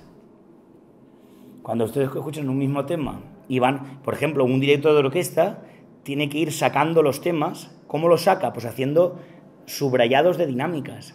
Aquí un poco menos los violines segundos y un poco más las violas que llevan el tema. Un poco más es que tiene que percibirlo más M2 el público, para que entienda los contenidos terciogenéricos de la obra. Y los contenidos terciogenéricos que están más allá del espacio y del tiempo, ¿qué sería? Si tenemos orquestación y tenemos dinámicas, el contenido terciogenérico son las articulaciones glomerulares, los glomérulos. Es decir, lo que grafamos en la partitura, el ver que aquí el tema está aquí, aquí esta unidad llega hasta aquí dilata, aquí contrae, aquí se abre, aquí cierra, todo eso son contenidos terciogenéricos. Y entonces, estas figuras, si se rompen, se acabó la música. Adiós música, es otra cosa. Porque si no es así, música es una palabra peligrosísima, es un delirio, es un peligro, debería estar prohibida si no hacemos esto. Pero ojo, es que ustedes saben las combinaciones que se pueden dar entre estas figuras. ¿Creen que estas figuras se reducen solo al siglo XVII? Estas figuras, y pueden seguir surgiendo más géneros de tonalidades o combinaciones entre ellos. Es decir, que esto no... Y ahora viene, esto sería el espacio melológico que yo llamo, que es el desarrollo del núcleo del volumen tridimensional de Bueno, entendido en el estudio del cuerpo y del curso. Y entonces esto es una inmanencia de la música. Pero ojo, aquí la música se constituiría como arte. No, aquí se constituiría como categoría técnica. Que esto es lo que ha dicho Jorge, por ejemplo. Es decir, si la categoría técnica en su inmanencia nos la destrozamos a trozos, pues eso, es hacer pie a la impostura. Es decir, que cada uno entiende lo que entiende cada uno lo que a él le parece, cada uno lo que le parece. Un desastre. Pero claro, aquí, ojo, y esto polémica en la escuela, a más no poder, técnica y arte está íntimamente relacionado. No puede haber arte sin técnica, tampoco ciencia, claro. Pero la idea de técnica no conmensura la idea de arte. Y entonces aquí viene la doctrina de Gustavo Bueno del arte sustantivo. Arte sustantivo y arte adjetivo. ¿Qué quiere decir arte sustantivo? Pues muy rápido. Quiere decir que de algún modo se neutralizan las operaciones del sujeto artista, no las del sujeto receptor, porque sin el receptor no hay arte. Por eso se llama objetivismo estético, el de Bueno. No es hablamos de la verdad objetiva de la ciencia. La verdad del arte es objetiva, pero un objetivismo estético, y estético viene de sensación, claro. Lo tienes que escuchar, lo tienes que percibir. Si no lo percibes estéticamente, pues no es arte. Y entonces la construcción de la idea de arte sustantivo es preciosa. Porque nosotros, la idea de sustantivo viene de sustancia, pero el materialismo filosófico pues no cree en la sustancia aristotélica. O sea, la sustancia aristotélica es fija, y entonces la sustancia aristotélica, nosotros somos contrarios de eso. Entonces, en la pars destruens, nosotros tenemos que destrozar la idea de sustancia de la tradición aristotélica. Pero quedamos ahí, ya está. Ni hablar, hay que recomponer eso. Y en el progressus, en la construcción, precisamente tenemos una idea de Bueno que es maravillosa, que es la idea de, ojo, sustancialismo actualista. Sustancia actualista quiere decir lo siguiente. Está formado por dos partes, invariables y transformaciones. Esto es esencial. Y pone de ejemplo, bueno, pone muchos ejemplos, pero uno de ellos me gusta mucho, lo he citado muchas veces, el barco de Teseo. La famosa diatriba, ¿no? La paradoja. Si un barco pues va estropeando, si le vas cambiando las tablas de madera, viene un momento que todas las tablas son nuevas. Y entonces la pregunta filosófica es, ¿sigue siendo el mismo barco o es otro barco? Bueno, pues desde un punto de vista del sustancialismo actualista está resuelto. La identidad de ese barco sigue siendo la misma, porque lo identifica, ese barco lo distingue de otros barcos. pero se tiene que ir actualizando porque si no desaparecería, porque no existe lo eterno en el mundo. El mundo no se puede cerrar. Y entonces, al no poderse cerrar, hay momentos donde todo va destruyéndose, se va destruyendo, y entonces hay momentos desbordantes, límites. Y entonces ahí viene la idea de actualismo. ¿Qué quiere decir esto? Ojo, tenemos las invariables, que sería la identidad del barco, y el actualismo es que hay que ir cambiando las tablas cuando se pudren, ¿no? Cuando se pudre la madera. Vamos a hacer esto en la música aplicado a una sinfonía. La verdad de una sinfonía es objetivísima. Y esto que dicen algunos compañeros, en el arte no puede haber eliminación del sujeto operatorio. Bueno, pues díganme ustedes, en este sentido, la neutralización de las operaciones en una sinfonía de Beethoven, cuando Beethoven llega a la dominante de la dominante, unos compases después cae en la dominante y unos compases después cae en la tónica, a ver cómo cambias eso. ¿Cómo cambias eso? No, es que yo ahí no veo una dominante dominante. Pues es porque no sabes armonía, porque eso no se puede discutir. La dominante de dominante es la dominante de la dominante. Eso no se puede discutir. Son grados y que tienen un sistema... Es decir, los grados, componentes terciogenéricos, los metros en el eje rítmico, los grados serían en el eje Y, en el eje X, los metros, si yo mañana toco la quinta de Beethoven y en vez de hacer hago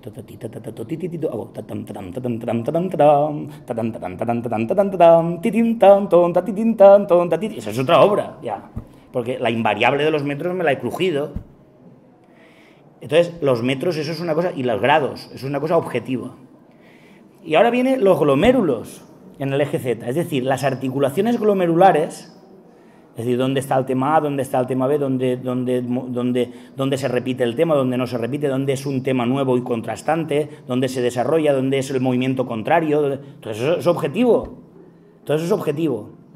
Y ahí está eliminado el sujeto operatorio que compuso la obra. Cuando la compone y lo logra codificar esto, el sujeto operatorio que compone la obra queda neutralizado, pero no se puede neutralizar por sí mismo, sino ¿cómo? Actualizando esa obra. ¿Y cómo se actualiza? Cuando se pone en marcha a través de las otras figuras. Me refiero, si los grados, los metros y los glomérulos, las articulaciones, son invariables, la sinfonía que suena hoy aquí, los tonos, cuando termina la sinfonía, adiós esos tonos. Si vuelven a tocarla, ya lo tocas de otra manera, porque lo hacen sujetos operatorios y hay transformaciones, variaciones constantemente. Los intervalos.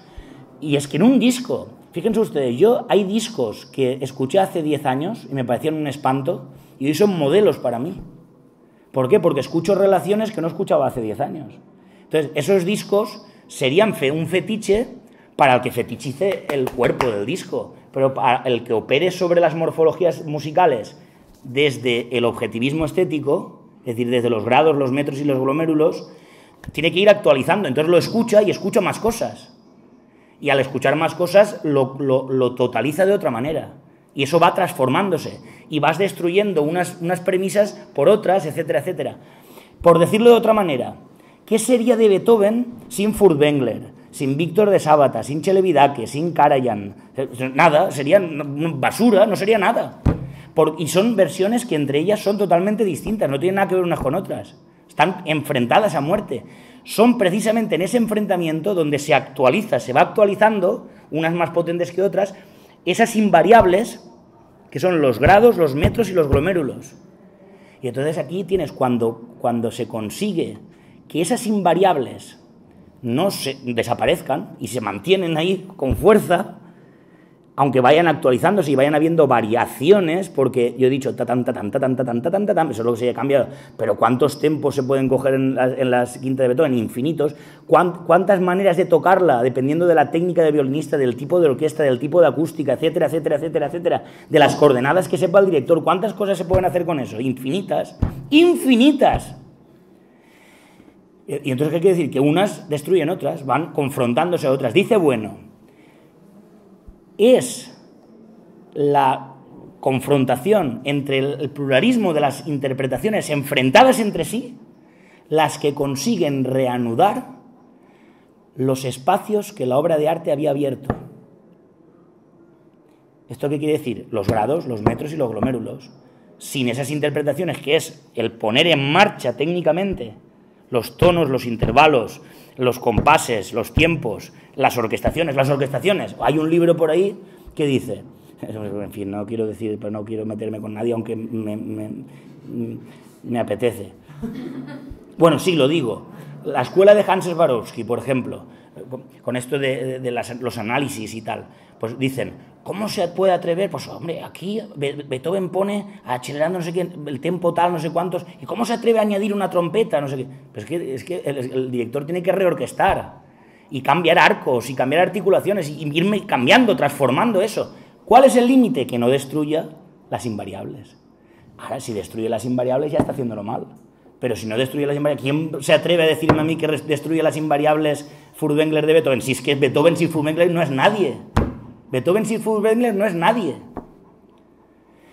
Entonces, ¿qué quiero decir con esto? Que ahí está el pluralismo. Entonces esto, fíjense, les hablaba del mundo, del ego trascendental. El ego trascendental son las coordenadas para poder hacer esto. Y la materia ontológico general es una materia que no podemos conocer. Es la infinitud, materia plural, discontinua, etc. ¿Cómo podemos entender esto? Pues la discontinuidad de interpretaciones que están en el mundo y la inconmensurabilidad de grados, metros y articulaciones de glomérulos, esas inconmensurabilidades, en sus momentos límite, nos hacen ver a esa música no como obra de la naturaleza, porque no es natural, la idea de la naturaleza es un mito, no existe la naturaleza, así en singular. Así que esto suena fuerte, no puedo explicarlo, pero la naturaleza es un mito, oscuro y confuso. La idea de cultura, otro mito oscuro y confuso. Ya sé que estamos en la Real Academia de Cultura, pero al decir valenciana ya lo solucionamos. Cultura valenciana. Si dijéramos Real Academia de Cultura y punto, pues eso, pues muy bien. La gracia, la cultura es la gracia. La cultura tiene que tener parámetros. Entonces, y hay muchos tipos de cultura, en fin. Hay un libro, les remito al mito de la cultura, de Gustavo Bueno. Entonces, no es ni naturaleza ni cultura. Entonces, si no fuera ni naturaleza ni cultura y no tuviéramos otra idea, seríamos nihilistas. ¿Qué tenemos? La idea de materia ontológico general, que quiere decir, pues que eso, que no podemos cerrar nada. Esas morfologías están en constante enfrentamiento de interpretaciones y mientras sigamos interpretándolas seguirán siendo sustantivas. Muchas gracias y un fuerte abrazo a todos.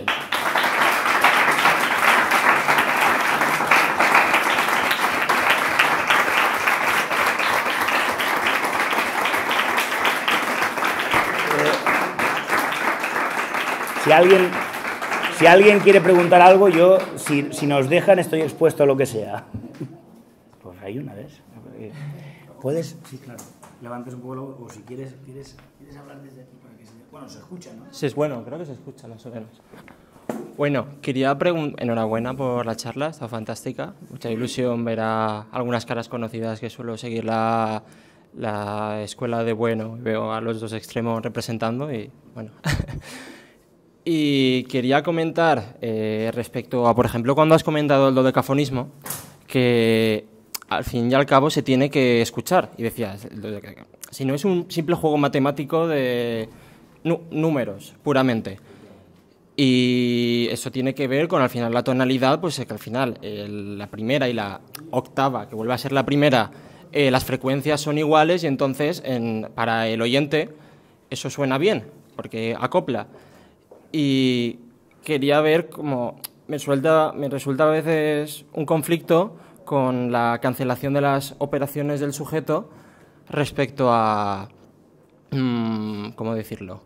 Al final, la base de nuestra percepción, de cuando el compositor, el director de orquesta habla de esto tiene que sonar más fuerte, esto tiene que sonar más flojo para que se equilibre el sonido, o esta parte queremos transmitir más tensión. En la naturaleza de la obra creo que nunca se puede alejar totalmente del sujeto, de cómo somos y cómo percibimos en general todo el sonido. Y luego, por otro lado, me ha dado a entender, igual lo he entendido mal, de que si nos quedamos simplemente con las operaciones dentro de la tonalidad, que sí que tiene ese sentido estético, cabría la poesía dentro de la música, cabría que el sonido, aparte de haber generado esta tensión y que tiene un propio sentido dentro de los glomérulos, un significado poético más allá de la música, pero que cobra su sentido en la música? Bueno, muy buenas preguntas. Entonces, claro, me obliga a... Ya son 5 minutos, si no... 5 minutos. Bueno, en principio, vamos a ver. La neutralización de las operaciones son del sujeto que hace la obra. El contexto de recepción no puede nunca neutralizarse. Pero claro, ahí está. Las interpretaciones y lo que el director hace cuando dice más fuerte, más grave, lo que no puede es romper las invariables. Y en esas invariables sí que está segregado ya el sujeto operatorio. Pero claro, esas invariables necesitan la estética, por eso es objetivismo estético. Y ese es el problema lo has dicho muy bien, del dodecatonismo. Sería que precisamente se convierte la música en matemáticas. Es decir, los grados, los metros, todo es objetivo, está muy bien, pero no se escucha. Y entonces, claro, llegamos a la siguiente cuestión. Dice, no, esta obra no entiendo nada. Dice, no, pero yo te la puedo explicar con la partitura. Digo, pues muy bien. Llegaremos a la siguiente cuestión, iremos a un auditorio, nos sentaremos, pondrán un proyector y irán pasando las páginas en silencio todos y haciendo, interesante. Pero claro, eso ya, no digo que no tenga interés, lo tiene, claro que lo tiene, pero decir a eso música, pues... ya es un límite. Eso sería lógica gráfica con una especie de lógica formal de símbolos, que es lo que se ha convertido muchas veces esto. Entonces esto es interesantísimo, claro, pero es otra cosa. Y entonces las invariables aquí juegan un papel principal. Y que lo otro que has preguntado era... igual sobre la parte más de lírica entre la música. Ah, sí, muy bien. Vamos a ver, aquí tenemos a un experto en filosofía de literatura. La poesía tiene otra inmanencia diferente a la música. Hubo un momento que estaban unidas, que es cuando la música todavía el cuerpo no estaba desarrollado, era solo núcleo. Cuando el cuerpo no estaba desarrollado, la base del cuerpo era la poética de la poesía. Pero viene un momento que no, que se separa. Y entonces lo que puede haber, y lo que hay de hecho, son coordinaciones. Es decir, pueden haber ensamblamientos entre perspectivas, es decir, de alguna manera podría haber coordinaciones entre partes semánticas de la música en sus figuras del espacio monológico y la parte de poética, de las rimas, pero, y esto es muy importante, también rotura y conflicto a muerte. De hecho, hay óperas y hay canciones que la letra, eso no hay por donde, eso es una infamia casi, ¿no? Y en cambio la música eso no se puede perder. Y podría ocurrir al revés. Lo que pasa es que, aquí está la cuestión, el enorme conflicto. Hay un titular de Bueno que se llama El conflicto entre el drama y la música. Es un titular de prensa. Pero hay veces en las canciones de Schubert que hay coordinaciones y ahí nos derivamos al plano alegórico, que es que estas interpretaciones, los tonos, por ejemplo, es... Yo, si me ven a mí, yo estoy bajando. Esa manera de bajar, pues puede ser... Una cadencia es caer. Y entonces caer es una alegoría, porque las notas no se caen de ningún lado, no son cuerpos que se caigan al suelo. Y por ejemplo, una modulación, hay veces que pone alegreto con enérgico, pone alegreto enérgico, pero eso es que se traduce después en los metros. Y entonces si se traduce eso, que es el plano alegórico. Cuando Gustavo Bueno arremete contra las alegorías en música es cuando las alegorías no se traban a las invariables, sino que las invariables quedan adjetivadas a las ideas. Es decir, no estamos hablando de traducción de las ideas a la morfología, sino la morfología adaptándola como un anillito, adecuándola a las ideas. Eso hay que luchar contra eso, pero de ahí a decir que no hay ideas en música, en fin, eso es una... Entonces ahí está la coordinación, que pues es interesantísima. Bueno, pues muchas gracias y un fuerte abrazo a todos. Ahí tienen libros.